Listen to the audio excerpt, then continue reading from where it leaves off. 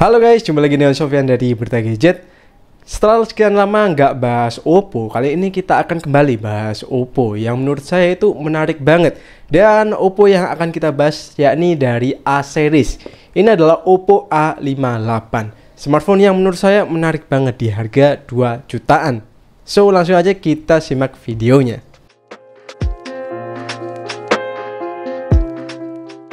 Dilihat dari boxnya, Oppo A58 ini sebenarnya cukup premium ya. Saya suka banget kombinasi putih dan warna grey-nya ini. Kesannya itu elegan. Selain itu di sekelilingnya juga nggak terlalu lami, simple aja dan enak dipandang.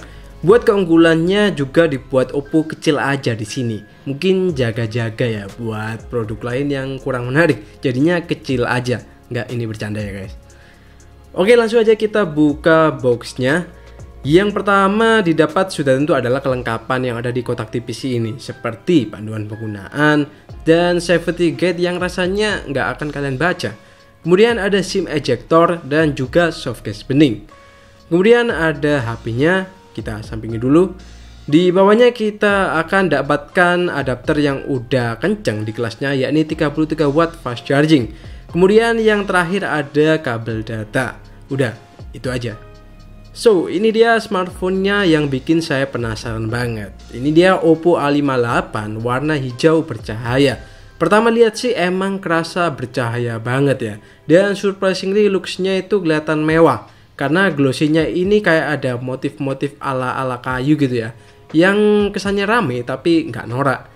Yang menurut saya agak kurang perlu itu ada tulisan inovatif AI kamera. Ini nggak jelas banget ya maksudnya. Inovatif di mananya kameranya itu ya. Kalau soal desain kameranya ini cakep sih. Desainnya simple dan simetris. Buat framenya juga kerasa solid meski dari bahan plastik. Untuk sisi kanan ada tombol volume dan power yang juga ada fingerprintnya. Sisi atas kosong aja. Sisi kiri ada slot SIM yang udah triple slot. Dan di bawah ada grill speaker, port USB, mikrofon, dan 3,5 mm headphone jack. So mari kita nyalakan HP-nya. Dan ini dia tampilan pertama dari layar Oppo A58. Terlihat di sini bezel yang di bawah HP ini tergolong tipis ya. Nggak biasanya Oppo 2 jutaan. Kali ini Oppo juga mikirin kegantengan bagian depan mereka. Ibarat kayak potong rambut, ini juga itu include potong kumis dan potong jenggot. Jadinya makin ganteng. Bezel di sisinya juga kelihatan tipis banget. Ini pokoknya cakep lah buat bagian depannya. Untuk antarmukanya Oppo A58 pakai Android 13 dengan basis ColorOS 13.1. HP ini juga udah mendukung memori expansion hingga 6 GB. Jadi lumayan ya.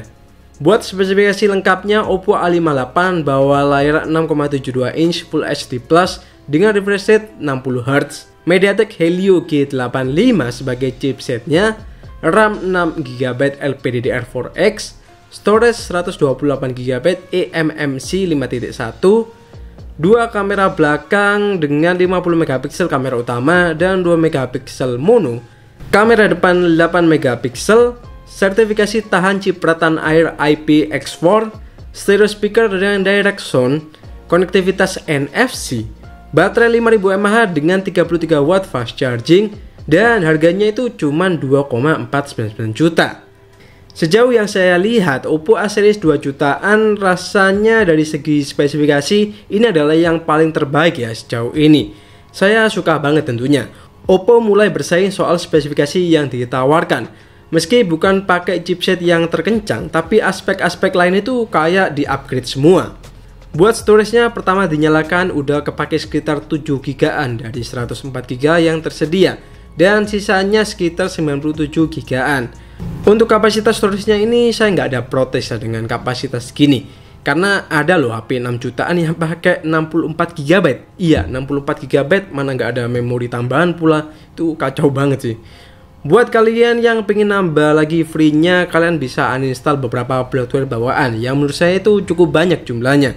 Sepertinya ini cara Oppo buat memenuhi TKDN ya. Yang menarik meski cukup banyak upgrade, Oppo tetap mempertahankan speaker stereo dari generasi sebelumnya. Dan surprisingly hasil suaranya itu lumayan loh. Berikut sampelnya.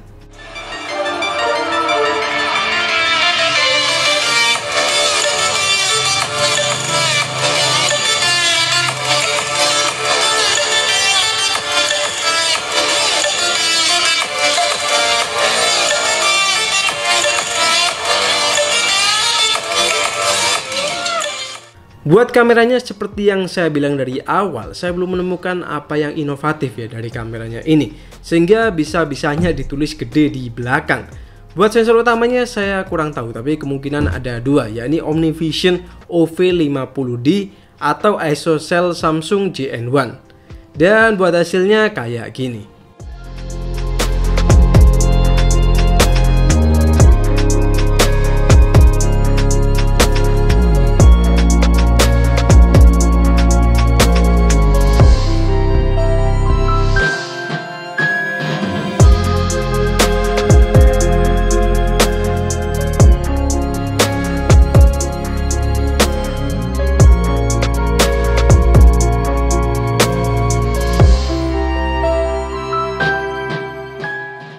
So, gimana menurut kalian?